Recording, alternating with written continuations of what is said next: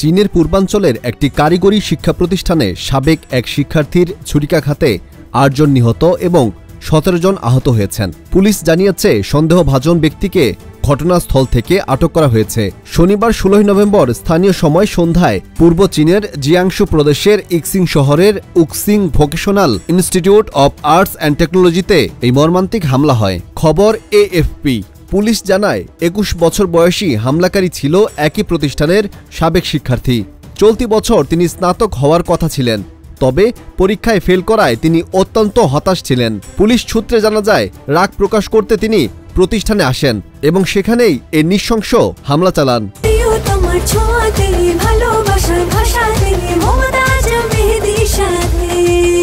মমতাজ মেহেদী, প্রিয়জন প্রিয়তমার মেহেদী।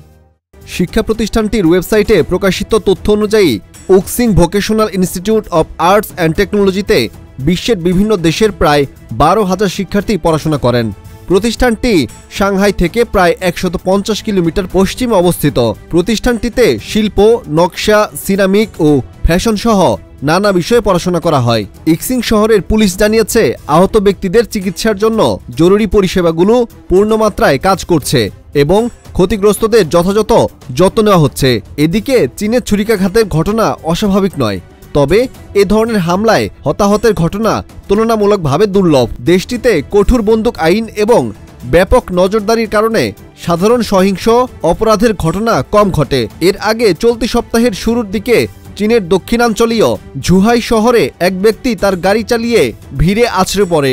এতে ৩৫ জন নিহত এবং ৪০ জনেরও বেশি আহত হন। এক সপ্তাহের মধ্যে দুটি সহিংস ঘটনা চীনের নাগরিকদের মধ্যে ব্যাপক উদ্বেগের জন্ম দিয়েছে। চীনের সামাজিক যোগাযোগ মাধ্যম ব্যবহারকারীরা এসব ঘটনা নিয়ে নানা মন্তব্য করেছেন। এক ব্যবহারকারী লিখেছেন, এ ধরনের চরম পন্থা গ্রহণের জন্য এসব ব্যক্তির কি ধরনের হতাশার মধ্যে থাকতে হয়। অপর এক ব্যক্তির মন্তব্য করেছেন, ক্যাম্পাসে নিরাপত্তা বাড়াতে হবে এবং মানসিক স্বাস্থ্য বিষয়ক শিক্ষাও বাড়াতে হবে, তাহলে এ ধরনের ঘটনা রোধ করা সম্ভব হবে। তৃতীয় আরেক ব্যবহারকারী বলেছেন, ধনী গরিব বৈষম্যক্রমে বাড়ছে আর আজকাল সবাইকে বেঁচে থাকার জন্য কঠোর পরিশ্রম করতে হয়। এই দুটি ঘটনায় চীনের জনগণ আতঙ্কিত এবং হতাশ হয়ে পড়েছেন, বিশেষত একটি দেশে যেখানে সহিংস অপরাধ সাধারণত খুবই কম।